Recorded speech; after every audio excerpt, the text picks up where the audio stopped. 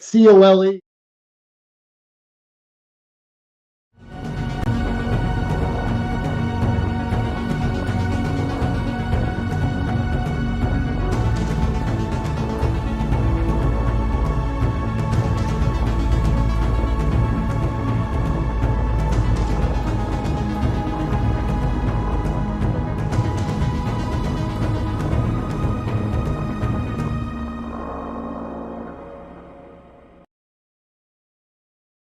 Alex. Hi, everybody. We've been having a lot of fun. Well, we've been having a lot of fun before the show because we got together and we've got like 7 people extra tonight that we don't usually have. And so they've been finding out, oh my God, it's not really what I thought at all when you get into the room. I'm going to be real quick tonight because they've got so much stuff to talk about that they need to get to it. But I do want to tell you that next week, Arno, you're still out there, right? Can you tell us a little bit about what you've been doing with the Beauty of Dust?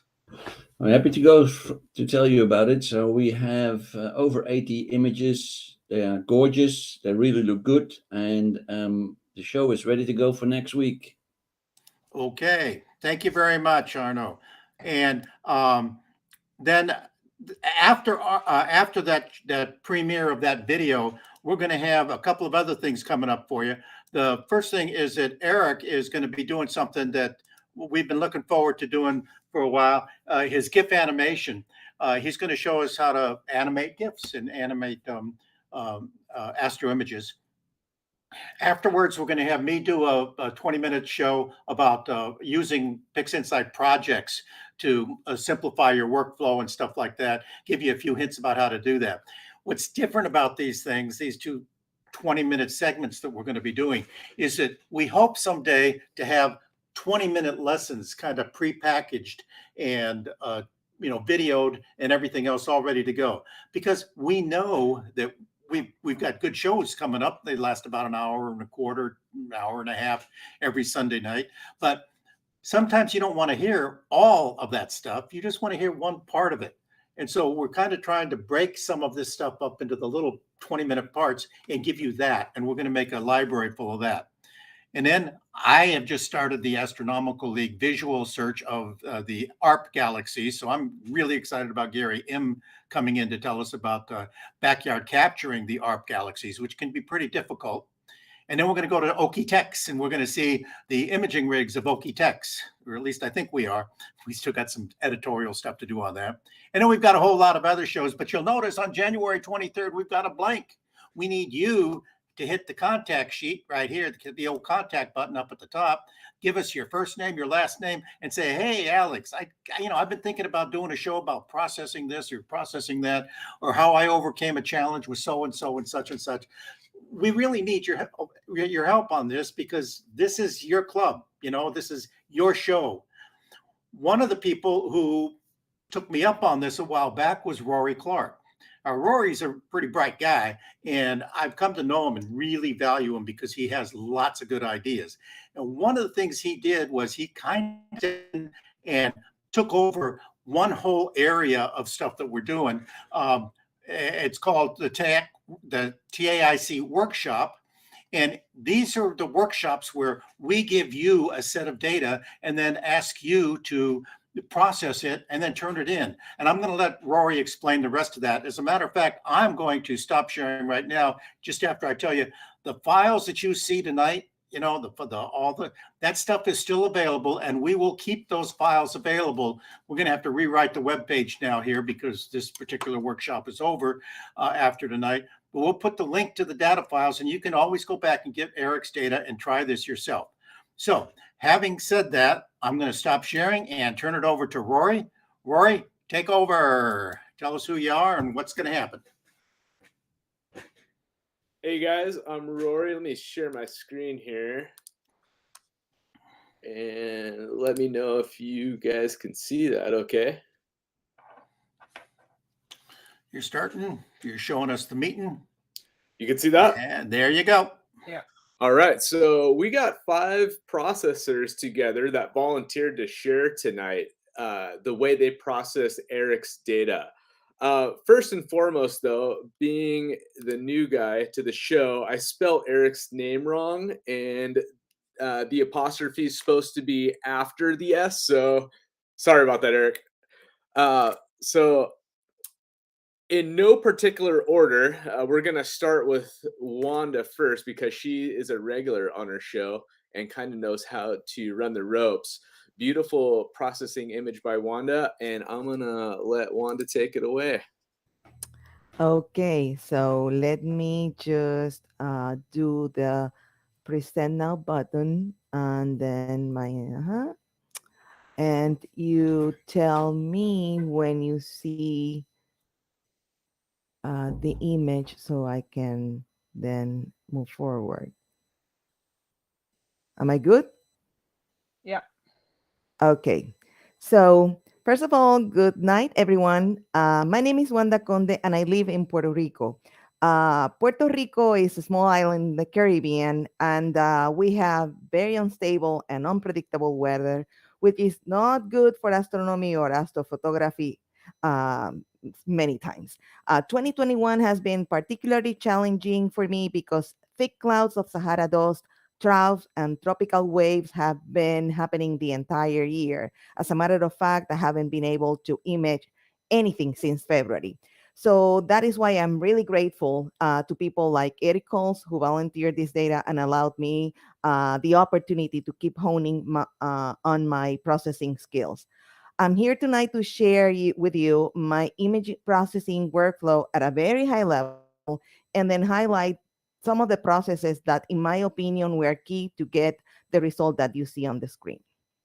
So let me first start by showing you what my processing workflow is. In this presentation, I will only go over the processes that I have marked with an asterisk, which are the ones that I understand are the most important. You can certainly watch this video later on YouTube and take note of this slide if you're interested in doing so. On the left side, I show all the processes that I apply to unstretch masters. And once I stretch the image, these are the processes that I typically apply. One thing that I want to mention, I don't use Photoshop. I am very, very bad at Photoshop. So 99% of my processing is done out of PixInsight. I will first start with DBE. And the way I think about DBE is that DBE can be your best friend or maybe not. And why I say that?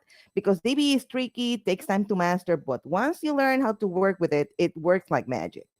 After many hints and misses, I've learned that what I call my guiding principles. The first one is you should only remove what you can see. With this image, the maths were so great that I really debated whether or not to apply DBE. At the end, I did apply DBE just because I thought that I saw a very slight gradient on the bottom left part of the image. The gradients tend to have very smooth transitions, which is why it is very important to evaluate the background model. I've seen many videos of people who throw out the background model without evaluating it.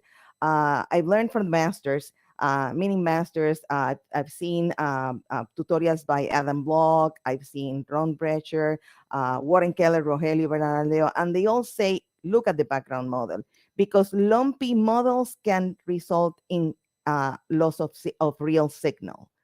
As you can see, I was able to work on a model that really shows the smooth transition and clearly show the gradient that I was talking about on the bottom left corner. The last guiding principle, in my opinion, is less is better. A good background model is just what you need, just needs a few well-placed points. In my experience, I found that DBE works very well when I let the DBE place the points on the image. Then I remove everything that is on top of the nebulosity or any star. And if DBE misses an area that I think it's important to include, then I place points specifically on those areas. typically about 80 to 90% of the instances, I achieve a very good background model that way. And as maybe it's difficult to see here because honestly, this image basically had no gradients. But when I saw it in my monitor, in my big monitor, I could notice that, that after applying this DBE, I was able to get a more contrasty image, if you will. Then the next tool that I'm going to talk about is what I call the best tool for leaving the linear land dealing with an RGB image. And by linear land is just going from unstretched to an stretch image. For the RGB master, in my opinion, ArcSign Stretch is the best process, the best tool that PixInsight has available to preserve color. The problem with ArcSign Stretch is that it's a bit tricky. Sometimes it produces strange ringing artifacts inside the stars that you need to watch very closely. The other process that I usually apply is mass stretch. It produces images with great neutral background, but at the expense of a significant contrast loss. So what do? I take advantage of both processes by blending them using a formula that I made on PixInsight for that purpose. And I have those formulas like saved like icons on my basic processing workflow. So I have a formula that takes the arcsign stretch and the mass stretch images and multiply them by a coefficient that I play with until I achieve the result that I want. For the luminance and the H alpha masters, all I do is that I apply the screen transfer function to the histogram transformation tool, and then I apply it directly to the image. Sometimes I play a little bit with the screen transfer function sliders until I get the stretch that I really want to apply. A little bit more about ArcSign Stretch and how to use it. I usually apply before I forget, in my opinion, ArcSign Stretch is a process that is significantly underrated. Why? Because it is a bit tricky. But just as DB, once you learn how to use it, you will find that it's the best tool to preserve the color, especially the star color. I learned how to apply this process by watching Adam Block's fundamentals video tutorials. That's where I learned how to use it. First of all, you need to apply RGB working space to make sure that the RGB coefficients are equal in the RGB image. So you see here that I applied RGB working space, and then I apply ArcSign Stretch, making sure that I mark the use RGB workspace option. And then I applied, in this case, 6 times, 6 iterations. I usually start with a stretch factor between 5 and 6.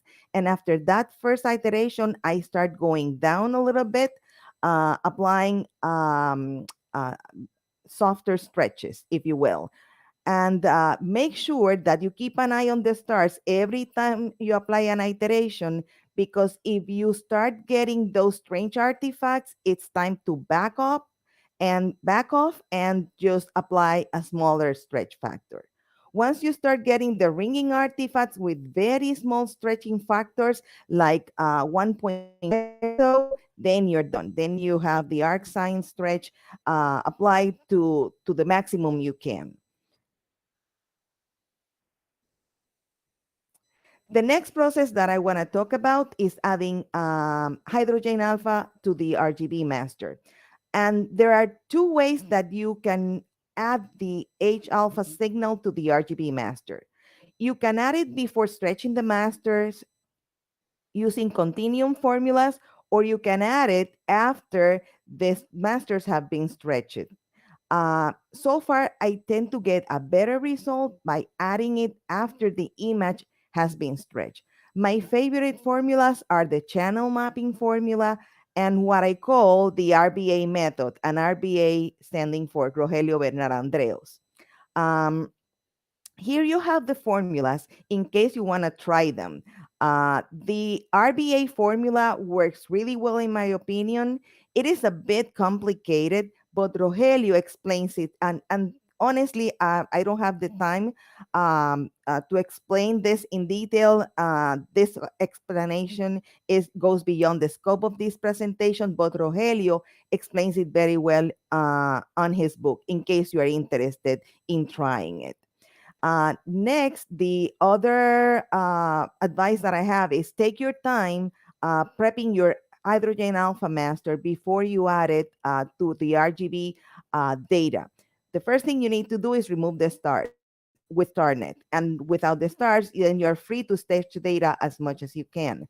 But make sure that you keep the background on check, protect it, because if you don't, then when you add the H alpha data to the RGB master, then you will have a really nasty red cast all over the RGB master.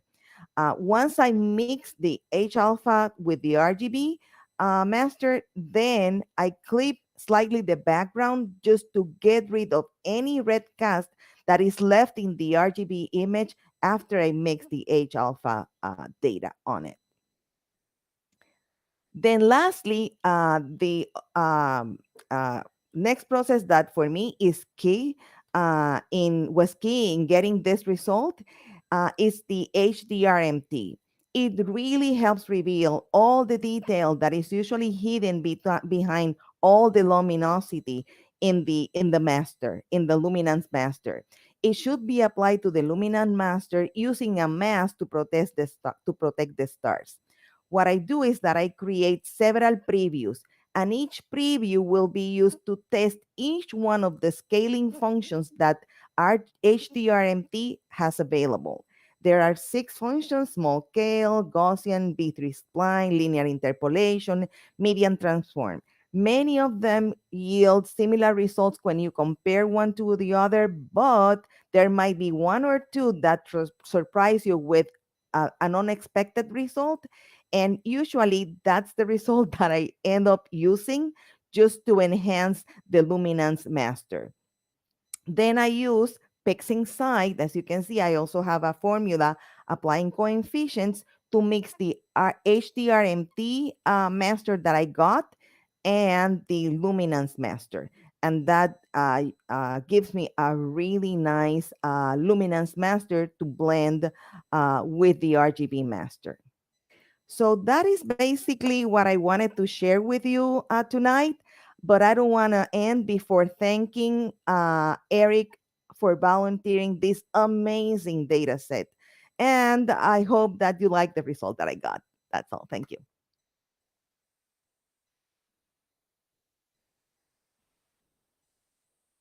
Thank you, Wanda, for your presentation. That was really informative. Appreciate that. Rory, can I make 1 or 2 comments quickly? Absolutely, yeah. The way Wanda explained the gradients was really excellent. And I think we all need to keep in mind that gradients are big. They're not small. And if you have a tremendous number of points on your model, you're going to create artifacts rather than removing what should be a continuous gradient.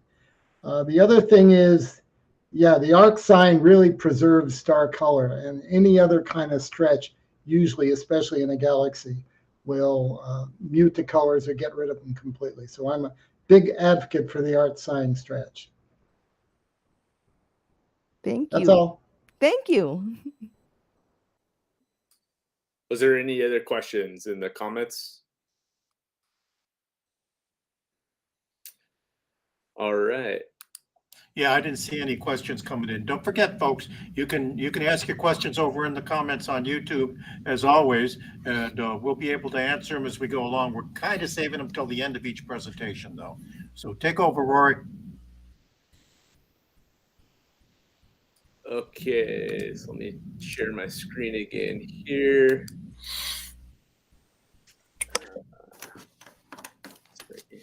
Sorry about that. Okay, so next presenter we're going to have is Rod, and Rod submitted an image with a story that I really liked about why he presented and about why he processed the image the way he did.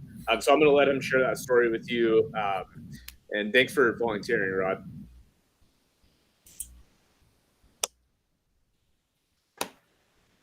Okay, let me share my screen and let me know when you see it.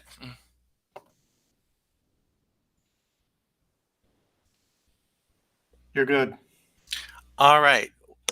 Good evening. My name is Rod Pommier, and I'm in Portland, Oregon. And I wasn't expecting to share the story, but I guess I'll have to now. So what's special about M33 to me is that it's a nearby and therefore large galaxy that's nearly face on to us. So it reads like an open book about all the processes you can see going on in a spiral galaxy.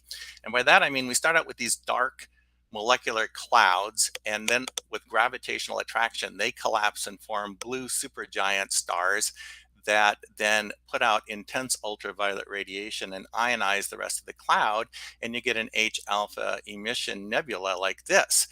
But they also put out fierce stellar winds that will drive away that gas, and then the cluster becomes unbound and it spreads out into an OB3 association.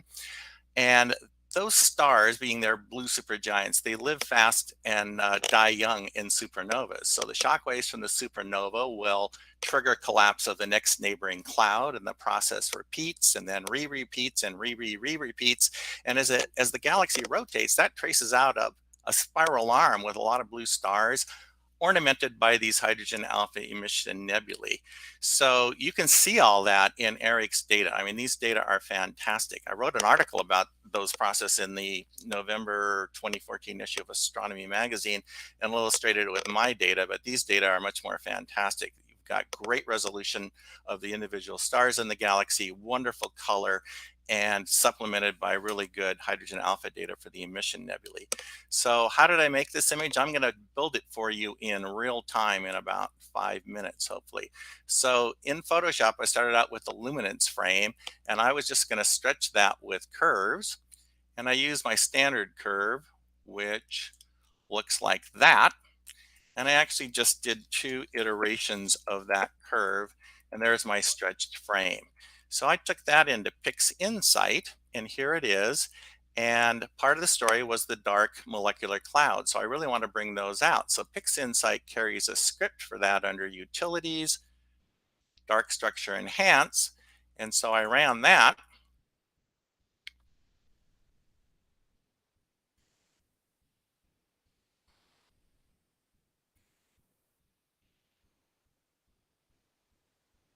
And you can now see we've got much more contrast in those dark clouds.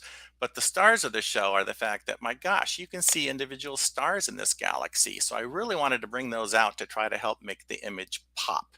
So I made a clone of that image, and I can bring out those individual stars using wavelets. So I went to Process, Wavelets, Multi-Scale Linear Transform, and those stars at about the 4 pixel level, and I found out a bias of plus 0.2 worked really well. So we'll throw that on there. And now you can see if we click back and forth, those stars are much more prominent, but it comes at the price of a lot of curdling noise in the brighter parts of the galaxy, extending out even into the dimmer parts of the galaxy and the background sky. But fear not, we have ways to deal with that back in Photoshop. So I saved those images and took them into Photoshop. And so here's the dark image with showing the dark clouds, and here's the wavelet star image. And what I want to do is I want to put those brighter stars that I enhanced with wavelets into this dark structure image, but without the noise. So how can I do that? Well, I first copied the image, and then I pasted it on the dark structure image. And I'm going to combine this using the lighten mode. In Photoshop, when you use lighten mode, it compares the brightness values in every single pixel between the top and bottom image and always selects the brighter of the two. So the good news is those wavelet stars that I enhanced are certainly going to be brighter, but a lot of the noise in the background is actually darker. So if we switch to lighten mode, a lot of that noise has vanished, but we still have some out in the periphery. But we can get rid of that with an object mask. So we add a mask, go into the mask, and we're actually going to use an image of the galaxy to make the mask. And we just copied one, so we can paste it in there, and then bring up levels and use the sliders. So white reveals. So I want those stars to show up in the bright galaxy, and dark conceals. I don't want all the curdling that's in the dimmer parts of the galaxy or the background sky. And with that, my luminance was pretty much done. So now we need some excellent color. So back into PixInsight, I just pulled up the RGB frame and I just applied a screen stretch to it and made that permanent. And then to get the colors right, I went to color calibration and did a photometric color calibration. And that takes a long time, so I won't show it. But I saved that image and took it back into Photoshop. And then I took this luminance that I'd finished and pasted on top of the RGB that had been stretched and made an LRGB layer by blending with luminosity mode. And so now we have this LRGB image, but the colors are a bit washed out, and I would certainly like much more vibrant colors. So for that, we'll go to the RGB layer and we'll convert from RGB mode into lab color mode so that we can do a lab color enhancement with contrast curves.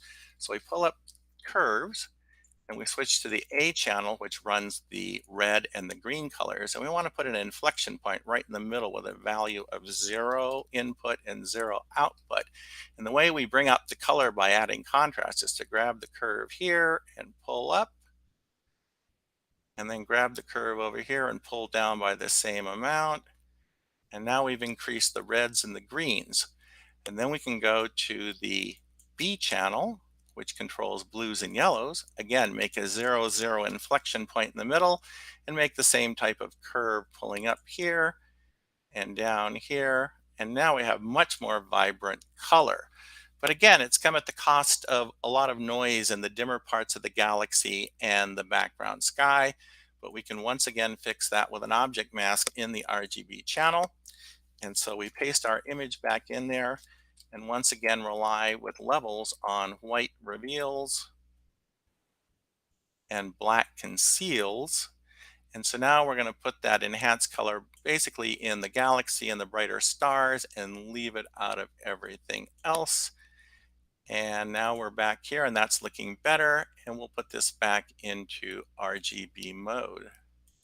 So the only thing I'm missing now are my hydrogen alpha data to enhance these nebulae. So once again, I went into PixInsight and I took the HA frame and I just gave it a screen transfer stretch and did a permanent stretch on histogram transformation, saved it, took that into Photoshop and opened it. And this is a grayscale image and we want color. So let's change the mode here to RGB color. And now image, adjust, hue and saturation, and click the colorize checkbox. And red is either 0 or 360, doesn't really matter, but we want to make these nebulae really red. So I crank that up to 100% saturation and drop the lightness down to a -50. Something like that. Now I'm going to put this over my LRGB image again with lighten mode so that only the brighter red nebulae show up, and I don't want the red background sky. So we'll use levels and we'll clip the background sky so it's black so that lighten mode will not see it, but we can brighten up the nebulae so lighten mode will see it. And then I copied that image and I just pasted it on top of my LRGB. And there it is, and we combine it using lighten mode. And there's the finished image, and let's see how I did compared to the image I turned into Rory. It's a pretty good match. So thank you for the invitation to present.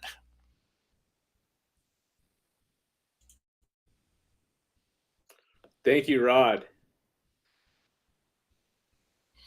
Any questions or any input on that presentation?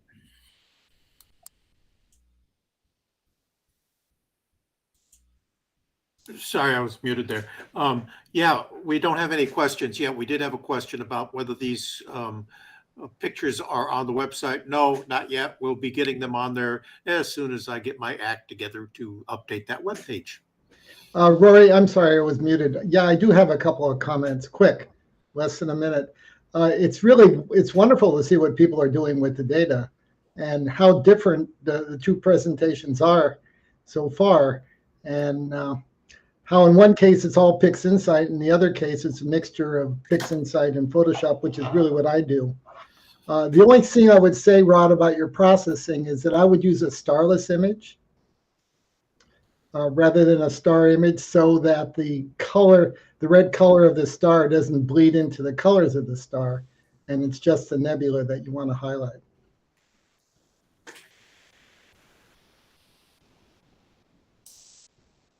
All right, I'm going to take back over sharing.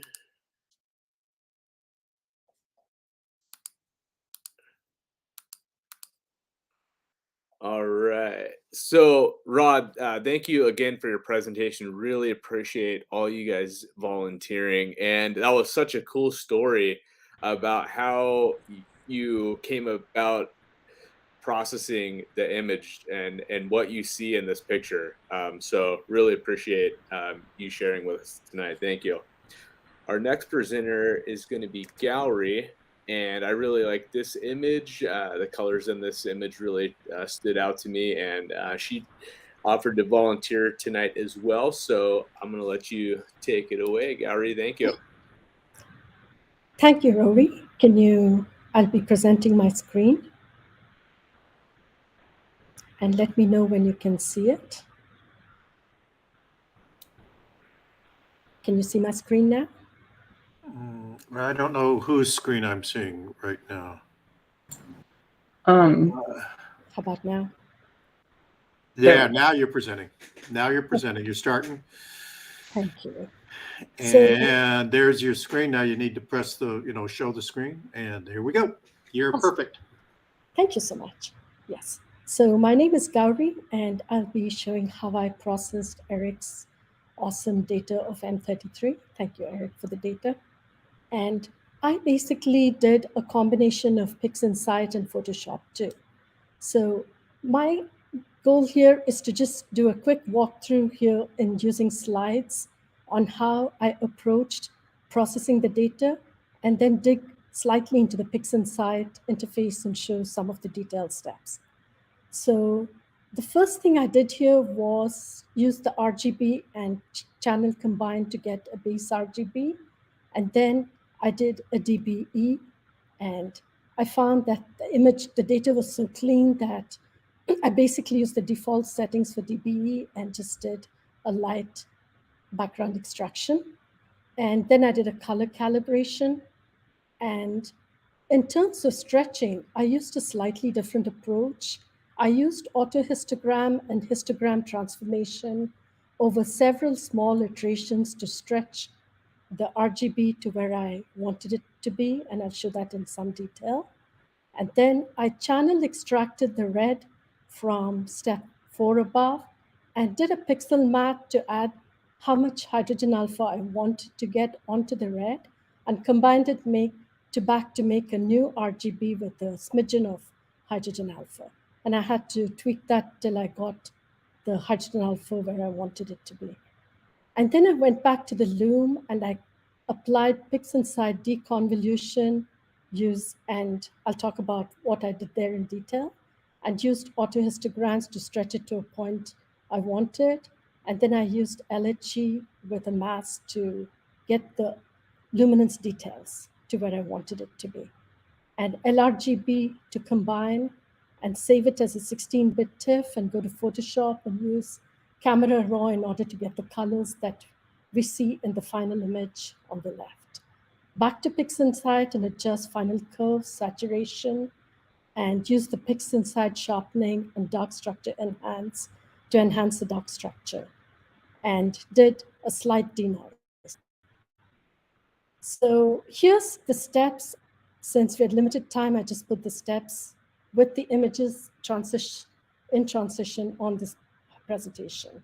So the basic RGB, lack of HA regions, details, and color, then created the new red from the hydrogen alpha. I channel extracted the red, applied a pixel map, and I decided on a 0.2 fraction to add the hydrogen alpha back to the red and combine it, and essentially create a new master red and combined it using channel combination. And then I went to the loom and did a PixInsight deconvolution to loom. I used PSF image to generate the PSF, And I use Star Mask for the de-ringing local support, and I can talk to the details of the deconvolution screen, 10 iterations, and I had to play with the de-ringing support in order to make sure that the stars are not ringed, and I get enough details after the deconvolution. And then I used autohistogram along with histogram transformation in stages to stretch it to a point that I was comfortable with. And this is the final loom that I got after these steps. And then I took this and then I used local histogram equalization. And the way I used it is I created a star mask in PixInsight, and then I created a luminance mask by cloning the image and subtracted it, the star mask from it, and then applied it on top of the previous luminance and did a local histogram equalization and with the light exposed until I was happy with this. And this is the final luminance that I got, which I apply on top of the RGB. So this is the results of the LRGB combination. And I was happy with it, but I wanted to get a little more color and detail. So this is just a screenshot of the MLT denoise that I performed. And then I took it to Photoshop and I used the camera raw filter. And this is a screenshot of the values that I used, and I had to play with each channel for hue and saturation till I got the colors that we see in the nebulosity. And I also applied a slight dehaze in the camera raw in order to clean up the nebulosity in the background. So, and then I took it back to PixInsight to do a final touch-up. I adjusted the curves in saturation, iteratively watching the curve to ensure that there's no clipping or the curve looks good. Then I applied ADV sharpening and dark structure enhance. So some of my takeaways here were I focused on the detail in the loom and spent a lot of time to get the detail of the depth and the structure where I wanted it. And I had to decide how much of the hydrogen alpha I wanted in the red channel to get the image balance that I wanted in the final image. So I had to redo this a few times. And Photoshop gave me a little more control over adjusting selected areas. So I found that the biggest challenge I had is watching the stars not blow out and the contrast and saturation. So that is it for the slide presentation. And here, if you can see my screen, please let me know if you cannot, is the final image in PixInsight. And the workflow I used here was these are the raw RGB and the RGB here, and this is the hydrogen alpha. And if you look, I'll just use this as an example and use the History Explorer to show how I stretch using autohistogram.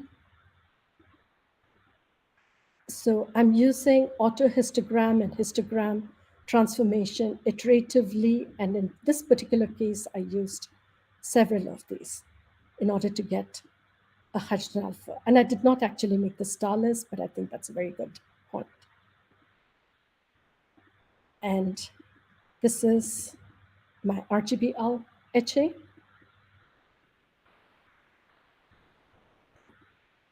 And this is the results of the deconvolution.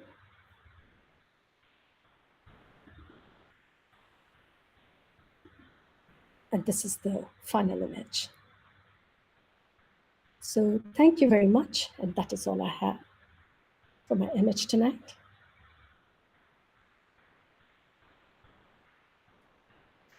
Thank you, Gowri. Any questions for Gowri or input for Gowri?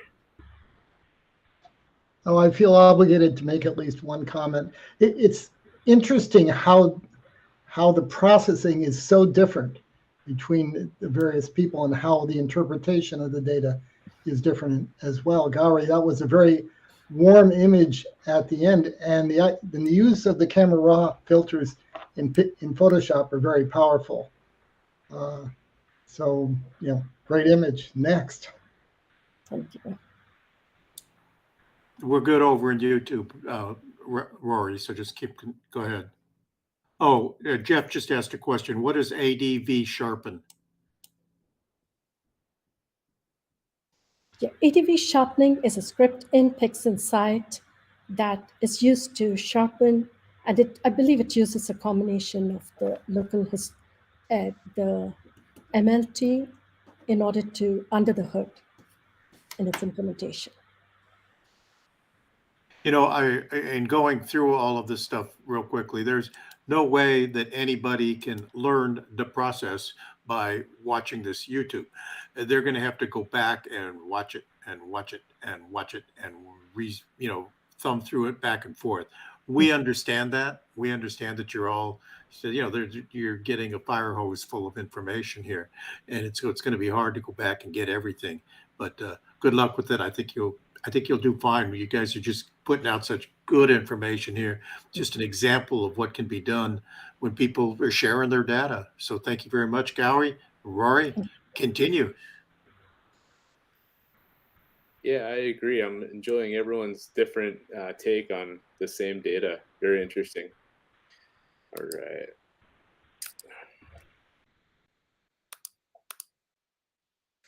So thank you again, Gowri, for your presentation. I really enjoyed that. And next up, we have Linda to present. And Linda's was on her channel recently doing a presentation on building a Astro, your own do-it-yourself sky cam.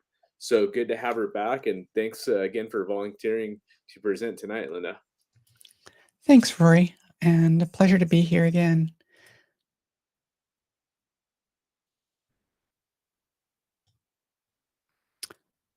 So the funny thing is, if I were to do this again, I probably would do it completely differently. In the last, when we do this, this is our methods change over time as we learn new things, and it feels like the past 6 to 8 weeks have been a time of intense learning for me. So I might actually do this a little bit different were I to do it today.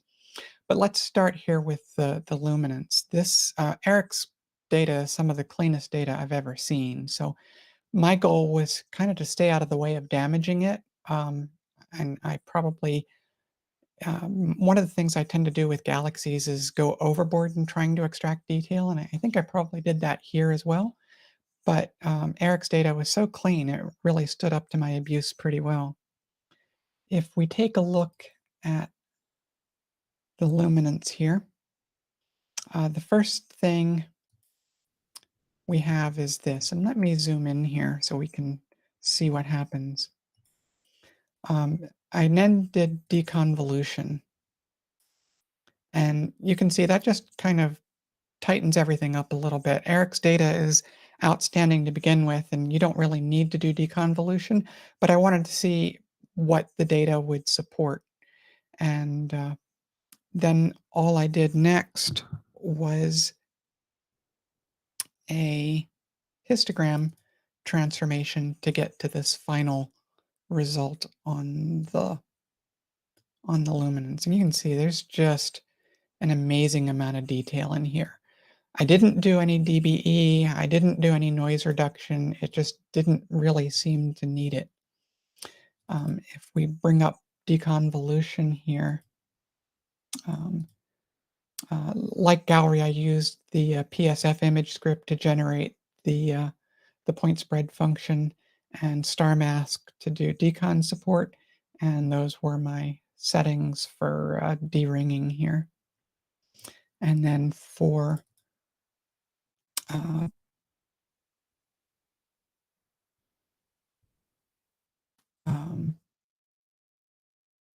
histogram transformation, that's what I did there.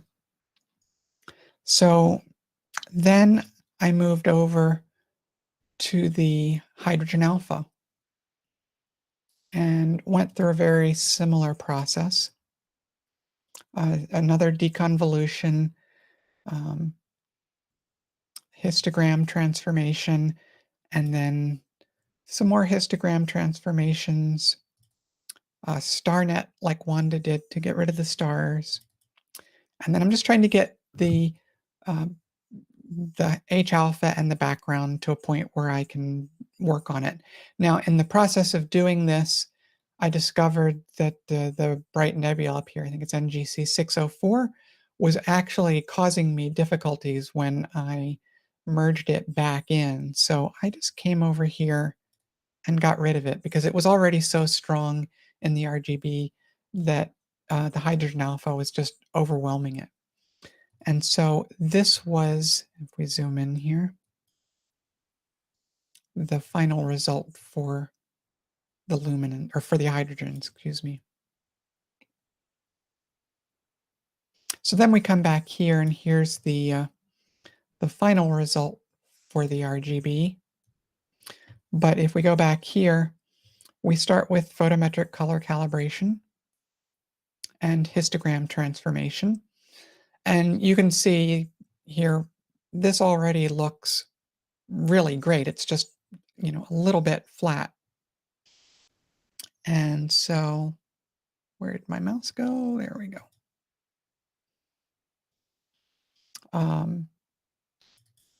I added in the luminance there with LRGB combination. And then I just did some iterations of, and let me zoom in here so you can see this better.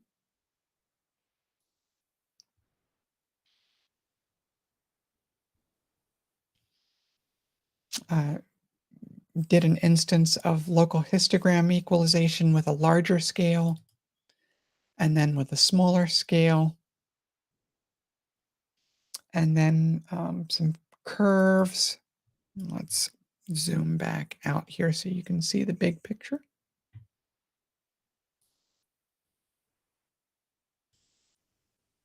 And a little bit more curves for contrast.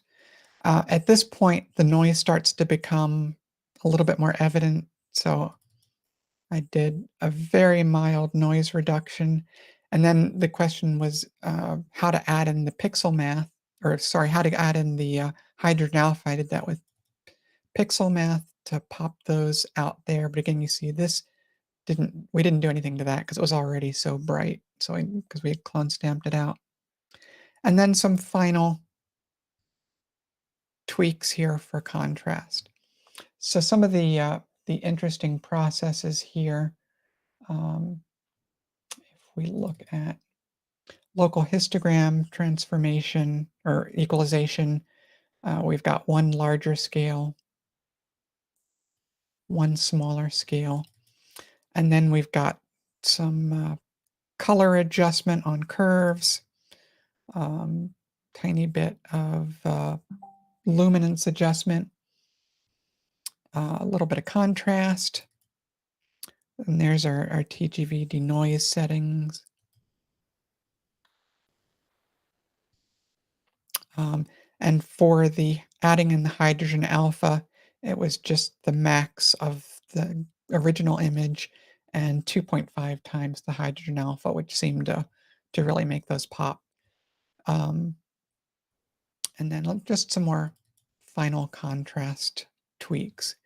Now, the funny thing is, like I said, I would not actually do this way today.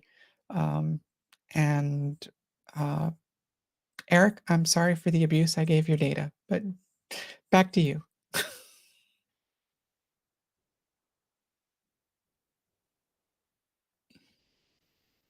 Thank you, Linda, for your presentation. Eric, did you want to comment on that at all?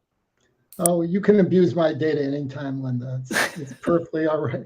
But actually, it's a good point. I mean, we oftentimes get to the end of our processing, look at it and say, hey, I want to do that again, and end up with a different result. The other thing I noticed that you use TGV denoise in a couple of our presenters. I'm not sure they use that, but I would say that is certainly my preferred method of getting rid of noise, as long as you mask out, you know, and take care of the noise in the dark area, not in the bright area. Right. Usually, and I see there's a question. You want me to answer that now or wait till later, Alex? Yeah, why don't we hold off on that and make sure that everybody gets a chance to present. It's always important to get everybody in, and then that'll be one of the general summaries.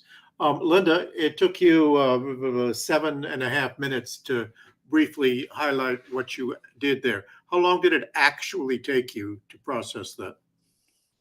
It was pretty quick. It was probably just a couple of hours at the most.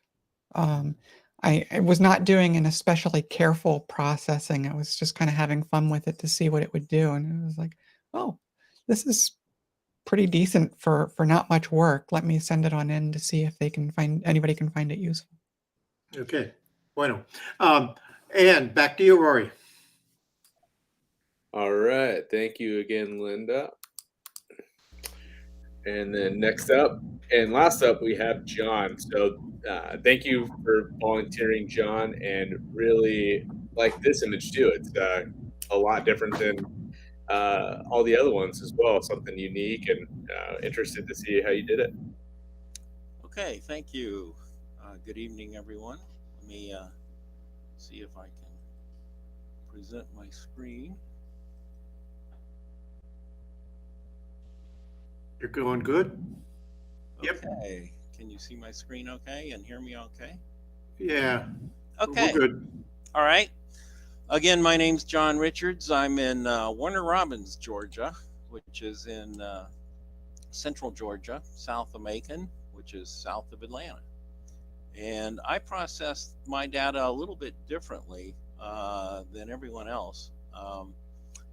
Has been noted, the images as we downloaded them were stacked and cropped. And instead of using Photoshop, I used PixInsight and Astro Pixel Processor on the image. And what I wanted to do was kind of highlight a couple of tools, both in PixInsight and in Astro Pixel Processor that I use. You know, obviously, as can be seen, there's many different ways to process data. And, you know, when I went back after I submitted the image and then was asked if I could present how I did it, I really had to struggle a little bit to remember what I did, because I usually process data several times and do it different ways and then pick the one I like best. So hopefully this is pretty close to what I actually did to produce the image. So this is the data as I originally downloaded it. Monochrome data, red, green, blue, hydrogen alpha, and luminance data, which obviously seems like a recipe for an LHA RGB image.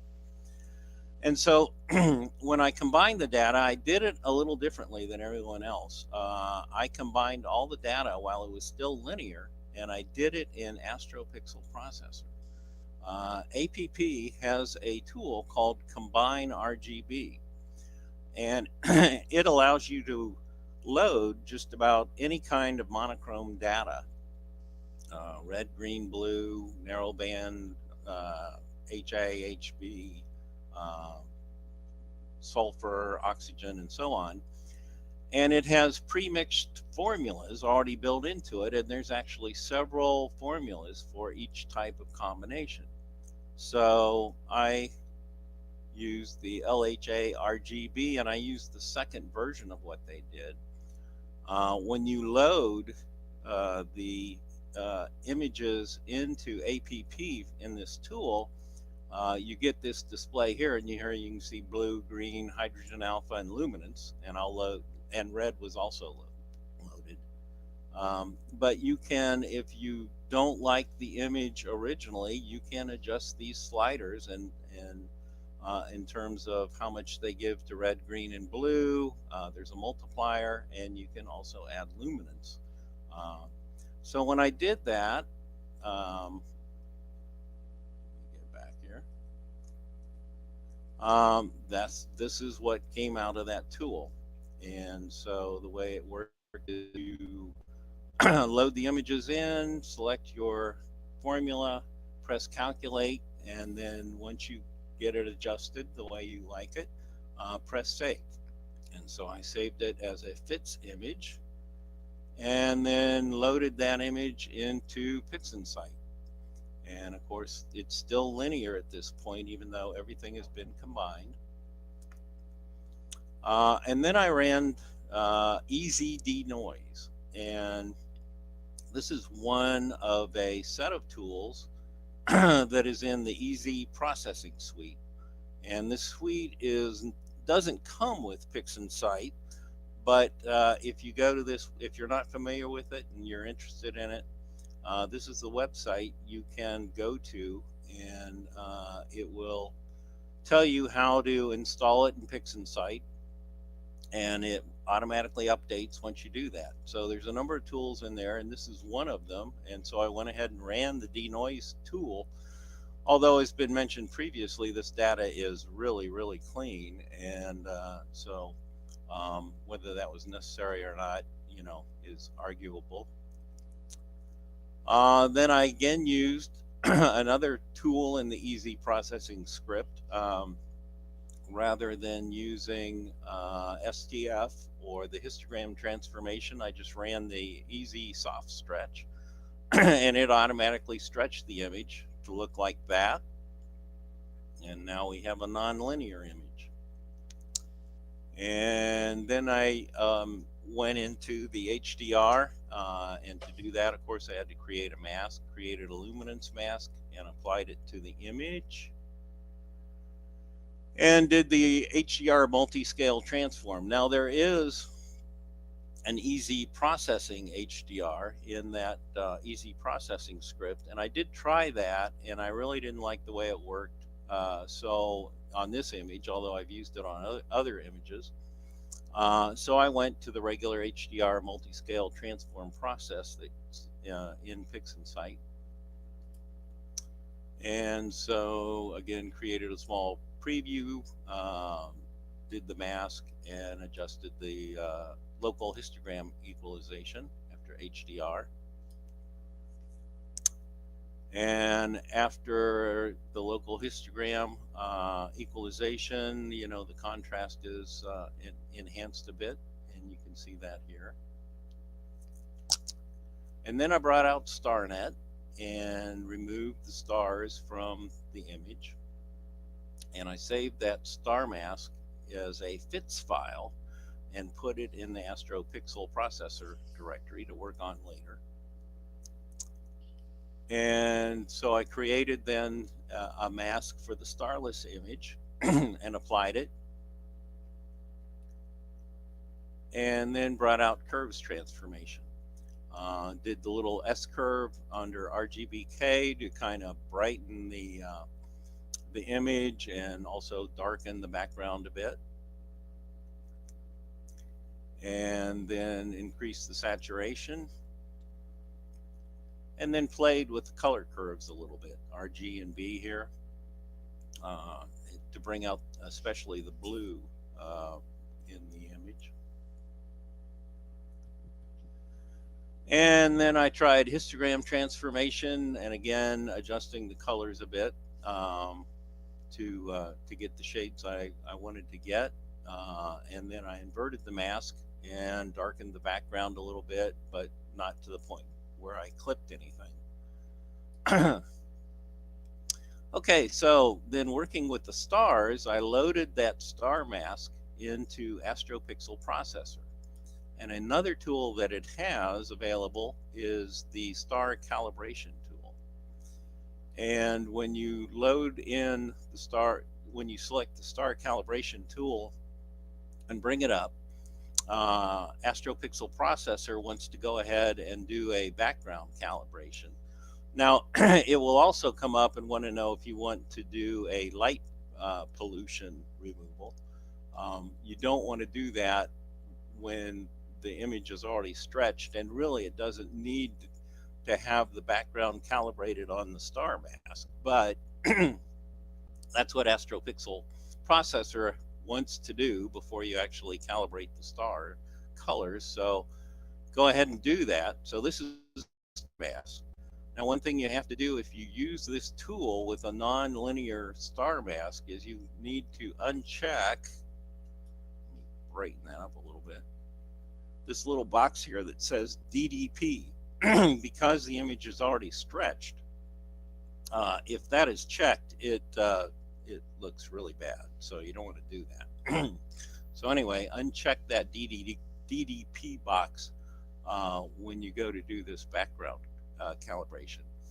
Then you select 5 little areas, and you want to select, purely dark areas with no stars in them. And then click calculate over here and save. And then it will automatically bring up the star calibration tool. And for that, you go ahead and select the entire star field and click calculate. Now, when you do that, this is the result, and you're going to get a curve like this. And what this indicates is star colors. And, ideally, you have fewer blue stars than red stars. And so you want to adjust this little slider. And what I usually try and do is go for about 1/3 blue. So in other words, in this quadrant, you would just want about 1/3 of the stars roughly. And then this quadrant would have 2/3. So when you adjust that to your liking, then you can click save, and it saves it as a fits image. And then you load that back into PixInsight. So at that point, I have my starless image and I have my calibrated stars. And then I go to Pixel Math and combine them. And we get this. And then another tool in the Easy Processing Suite is the Easy Star Reduction. And that is easy to use. You basically just click Run the Star Reduction, and it goes ahead. It's sort of an automatic morphological transform process. Creates the mask and dims the stars. And I came out with that. And so after that, I did a little tweaking, as I recall, with the histogram and maybe the curves transformation. And that was my final image. So that's essentially how I did it. I may have left out a few steps, but I did want to emphasize those tools that are available in Astro Pixel Processor and then the Easy Processing Suite in PixInsight. And Astro Pixel Processor is certainly not as powerful as PixInsight, and the things you can do in it, you can certainly do in PixInsight and using Pixel Math in terms of combining the various monochrome images. But APP is much easier to use, and if you're just kind of beginning in the image processing area, it is very simple to use. And in fact, you can basically load all the data and press integrate, and you will get a finished linear image. And then using some simple tools at APP, you can stretch it, saturate it, and create a finished image. And it's probably not going to have the appearance of something that would come out of all the PixInsight tools, but it's acceptable. So if you're just starting out, APP may be a way to go. I had been using PixInsight for a year or so, and I ran across APP and played with it and decided that it was useful. And I do use it if I'm doing monochrome imaging. I do usually one filter a night. And so the next morning, I'll just run that through APP with the calibration slides to make sure that, everything calibrates out fine and it looks okay. But then when I do the final processing, I'm probably going to use mostly PixInsight to do that. So anyway, that's my spiel, and I thank you for your time. Thank you, John. Really beautiful processing there. Did you have any input, Eric? No, do we have another presenter? No, that's the last presenter. I'll just tell everyone these are all excellent renditions. It makes me want to go back to the data and maybe do a better version of it. This data comes from, I can answer the question that was posted about the source of the data. If I can share my screen. Let's just put this up.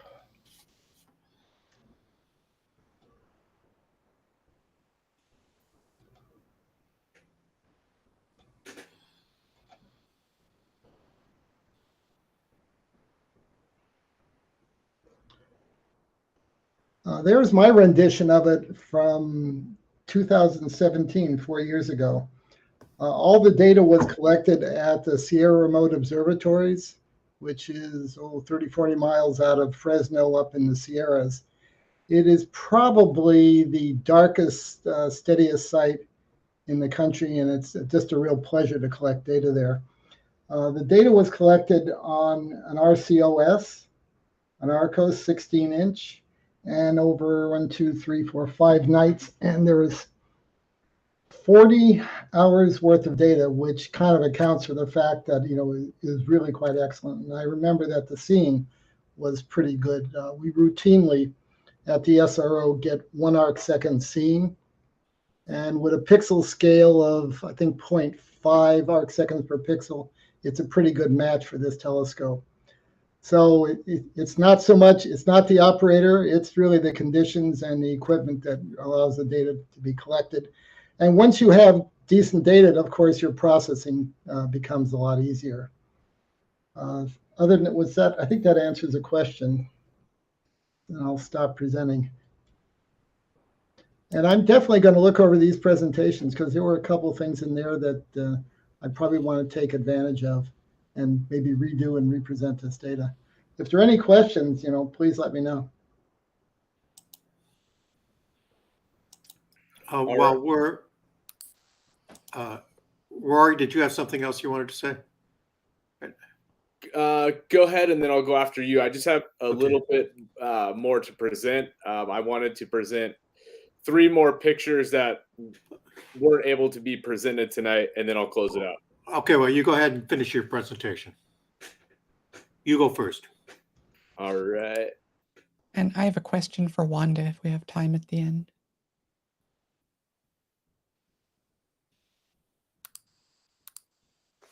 All right. So again, thank you, John, for sharing, and really like the H alpha nebulosity in your photo. Really beautiful processing job on that image there. 3 photos that weren't able to be presented tonight. This one was by Warren. I didn't share their last name. I didn't know if they wanted me to or not, so I'll just keep it with their first name. So thank you, Warren, for your submission. This one was by Papa Yankee. Papa Yankee, thank you for sharing your photo. Really like the clean background on that one. And the last photo that was shared with us was by Willows. So really cool H alpha on that one as well.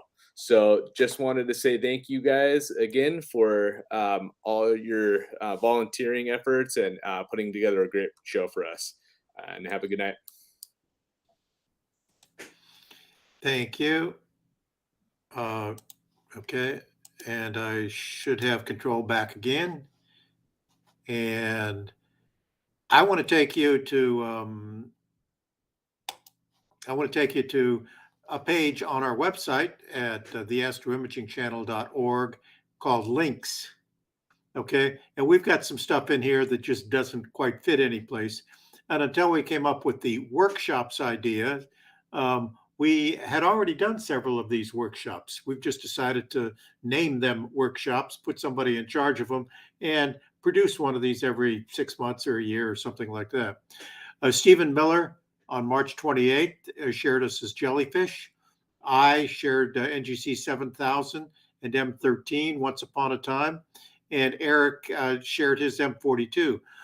Terry shared one once, and we've got several others that were shared, but we don't have their data in here anymore. Some of it was way back when, and the website was captured, and so we couldn't use it. But we've got these programs that were already done one time or another. And so if you are looking for some pretty good data to process and see how other people have processed it, you can go back to these links on the links page. Now, having said that, I should tell you that the program, that the area where they should be is over here under TAIC workshops. This is Eric's data. And once we've gotten this work done here, which will be in a week or 2 or 5, depending on how lazy I am, we'll have all that stuff put together over here because now we have a program called workshops. And Rory, we hope that you can come up with another idea and sweet talk somebody into donating his data, then we can do this all over again. And remember, any of you people, you want to pitch in on it? Hey, tell us you got a good set of data and you'd like to see how everybody else in the world processes it, and we'll put it up here. Okay? You can still get Eric's data by going to this link right here. And I think that's what I wanted to say. I want to remind the presenters that we're not checking out yet, because I know Linda has a question, but we are still looking for presenters. Any of the people tonight can they did a good job of presenting for us, and they can probably do a 45-minute show too. So I hope you join us. By the way, presenters who are here tonight, when Molly says, okay, we're going to check out and we're going to end the program, we aren't ending the program for you guys. You guys stay here, stay in the room, and we'll visit for a while afterwards. But then that's not happening yet, because Linda's got a question. So Linda, go ahead and ask your question for Wanda, I think it was. Yeah, thanks, Alex. Wanda, in your presentation, one of the things I found interesting was your iterative use of arcsine H stretch. When you're doing that, are you adjusting the black point also as you go, or do you do that at a different point in your processing? Initially I used to adjust the black point using the slider. I found it counterproductive, so I stopped doing that. I then adjust at a different point in the process. Okay, that's what I thought based on what the slide you were showing, but I wanted to verify that because I've not seen that approach before, and I want to give it a try. So thank you. You're welcome. I do an iterative approach as well, Wanda. Oh, okay. I choose a much lower starting point than that. I start around around 2, and iteratively go up. Otherwise, I find the artifacts and the stars become blown too quickly. So how many iterations do you tend to do, Terry? Oh, gee, I could do up to 10 or more, but I'm on the very, very small iterations. And Eric does his completely different. He can share that with you. We have 2 different approaches on that, but I think a lot of it depends on the optics as well, because every data set is slightly different. Well, I'm probably more aggressive with the arcsine, and even though artifacts are generated, I get rid of them basically with the luminance layer. But if I wasn't using a luminance layer, then I wouldn't be that aggressive. But the main thing with the arcsine is you preserve star color. And I think I don't want to say it's difficult to do otherwise, but I don't think anything does it as well as the arcsine stretch. And if you use the mass stretch, MS, you tend to flatten out everything, and that can be unattractive in many cases. And in STF stretch, your color is gone almost immediately. When you do the luminance, are you doing that with arcsine, or are you doing that with histogram? No, that just depends on the data. And I don't use arcsine for luminance. That's a mistake. I'll use an iterative process or a mass stretch, or maybe some combination. Again, if data like this, the core is a lot brighter, so I'll probably do multi stretches with different parts of it, and then do some combinations in Photoshop in order to get all of it. And you can see in my renditions, there's a lot of, I really want to bring out the nebulosity, which in this case has a lot of those blue star groups. I don't know what they are, but there's a lot of little blue stars around there, which you don't want to lose. All right, thanks everybody. I appreciate the insight. Okay. Have we gotten all the questions over in ArcSync? Yeah, I think so. So okay. We got corrected in the pronunciation. I always call it arcsine, but I don't know. Yeah, so arcsine is a function as well, but it doesn't have the H at the end. The H is short for hyperbolic arcsine, and we pronounce it cinch or arccinch. Well, I can't change that. It'll be arcsine forever for me. All right. Well, it's just so everybody else knows that. Everybody disagrees a little bit on something. It's kind of a cinch of the times. At any rate, Oh, boo. I guess it's time to go home, huh? Thanks All right. everybody for being Sounds here. I good, want to Alex. really express my appreciation for the wonderful job that Rory did in coordinating all this. It's just absolutely amazing to me to see how far the Astro Imaging channel has come from the time when just one or two people tried to really put it out every week and just kind of, and now we're starting to get other people that are pitching in, and like Arno next week, Rory this week. It's really kind of cool to see people just stepping up and say, yeah, I'll take care of that. And I basically didn't do a darn thing for all this workshop that Rory just put on. And I didn't do a darn thing for the nebulae, the beauty of dust for next week. And that's the way it should be in a big group like this. And really, we'd love to have you be part of it. Wanda gave me a report today on the database.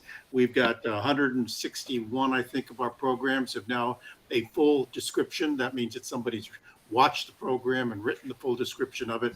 So out of our 300 and some programs, we're almost halfway through getting a good database for the whole thing. And Wanda and Andre now are helping to do all that stuff. So we need more volunteers like that. So go ahead and sign up. Okay, that's enough for me. We'll see you next week when the Beauty of Dust is coming on. Arno will be here, and Eric will be doing some stuff about the animated GIFs, and I will be telling you about PixInsight projects. And I think we're ready to go. No more inch jokes, okay? You guys, no more. No mas. No mas. Molly, get us out of here. All right. Good night. Good night, everyone. Night, everybody.